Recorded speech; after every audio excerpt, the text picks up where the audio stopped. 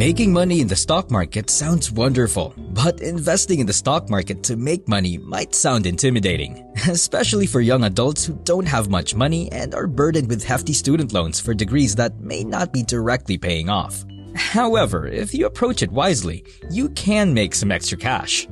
Picture this. You start with just a couple of cents, and with smart moves in the stock market, you can turn that into a few more cents. It might not sound like a lot, but it's more than what you had yesterday, right? And that's the basic goal of investing, to increase your wealth over time. Now, on to the scary part. Many people view the stock market as this giant and intimidating force that can eat up your money if you're not careful. It's often seen as a route to big riches for those who get how it works. While there is some truth to these perceptions, the reality is that understanding the stock market and making money from it is not as complicated as it might seem at first glance. With some basic knowledge and a sensible approach, you can navigate the stock market and potentially grow your money. So, in this video, let's break it down into the whole system of the stock market for beginners in simpler terms.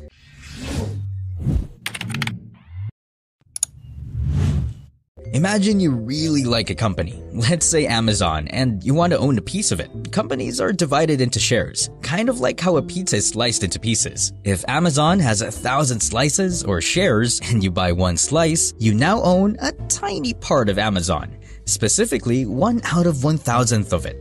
As Amazon grows and becomes more valuable, the slices or shares of the company also become more valuable. So, if you decide to sell your slice later on, you might make a profit if the company has done well. Now, there are two types of slices, common and preferred. Common slices come with voting rights, meaning you get a say in certain company decisions, like electing board members or deciding on big financial moves. On the other hand, preferred slices don't have voting rights, but they get some special treatment, like getting paid first when the company shares its profits or dividends.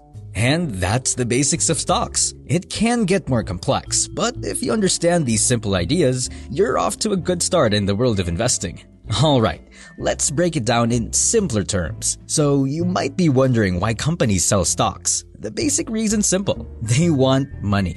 When a company sells stocks, it's a way for them to raise a lot of money without having to do much extra work or produce more stuff. In today's stock market, a company's value is often based on its potential future earnings. This means that even small companies can make millions or billions if investors believe they'll do well in the future. Now, if a company wants to sell its stocks, it needs a place to do it. That's where the stock market comes in.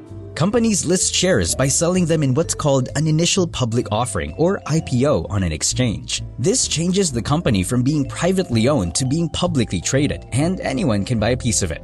IPOs can benefit the company founders by letting them sell some of their ownership in the company for cash, or they can simply help the company raise more money for its operations. Once a company's stocks are on the stock exchange, the public can start buying and selling them.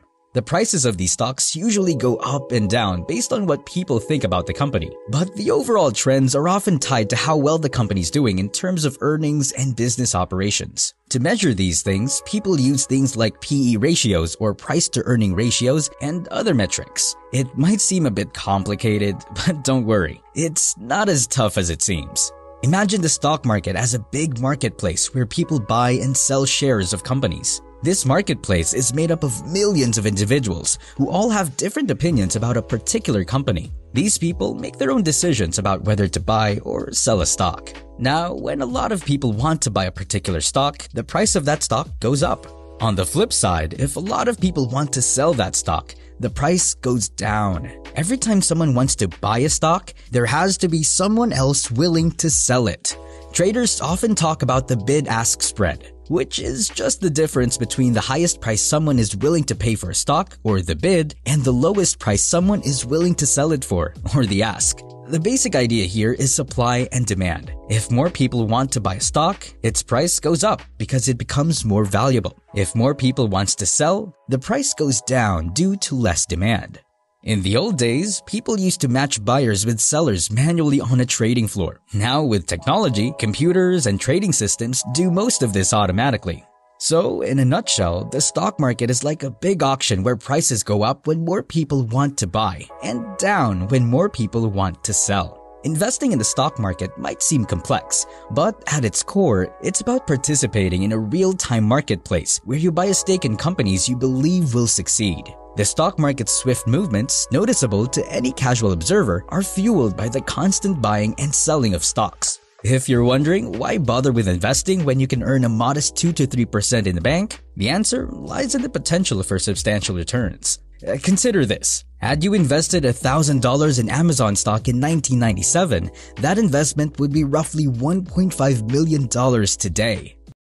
While this example spans a long investment horizon, it underscores the significant wealth-building potential of the stock market. Many companies offer annual return rates ranging from 30 to 70%, dwarfing the returns from a traditional bank account. The key to successful investing is outpacing the meager returns of a bank. As long as your stock market returns exceed 3%, you're effectively growing your wealth more efficiently than leaving it in a savings account. If you think this knowledge is helpful in real life, hit subscribe to this channel for more, start investing, and let's build your financial future together. So, how do you get started? The first step is to open a trading account. Established platforms or major banking institutions offer this service. Entering the world of trading involves creating an account with a trading service. Once you've done that, the next big challenge is deciding which stocks to buy. This can be a daunting task, but it's a crucial step. Of course, you'll also need some money to invest, and the range of stock prices is vast, from mere cents to several $1,000s. One critical aspect of stocks is that you can't buy a fraction of one. It's an all-or-nothing deal.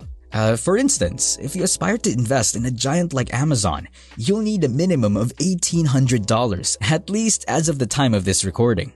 However, there are plenty of cheaper options available for a few bucks, representing well-rated companies. Before diving into any purchase, it is imperative to conduct thorough research. Understanding how a company generates revenue, assessing its financial health, and seeking expert opinions on whether it's a good buy are essential steps. Risk is inherent in the stock market, so it's crucial to invest only what you can afford to lose, at least for a certain period or until a particular stock bounces back if it faces tough times. In this video, I've covered the stock market basics, explaining how it operates and offering insights into how to start trading. However, there's still a vast amount to explore, such as fundamental analysis, technical analysis, and the various terminologies associated with stock trading. Additionally, there are strategies like trading on margin, where you trade with borrowed money, which can be suitable for beginners. Learning the ropes of the stock market involves hands-on experience. It's advisable to start with a small amount of money that you're comfortable losing.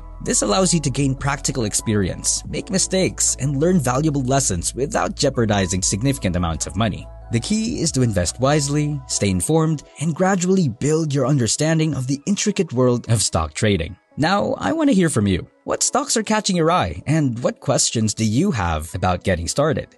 And also, remember, no matter how calculative you are, you'll face some unforeseen hard times, because everyone does, due to the unpredictability of the market. What will you do then? How will you react if you make a sudden loss? Drop your thoughts in the comments below. Remember, the key to financial success is taking that first step. So, are you ready to start investing today?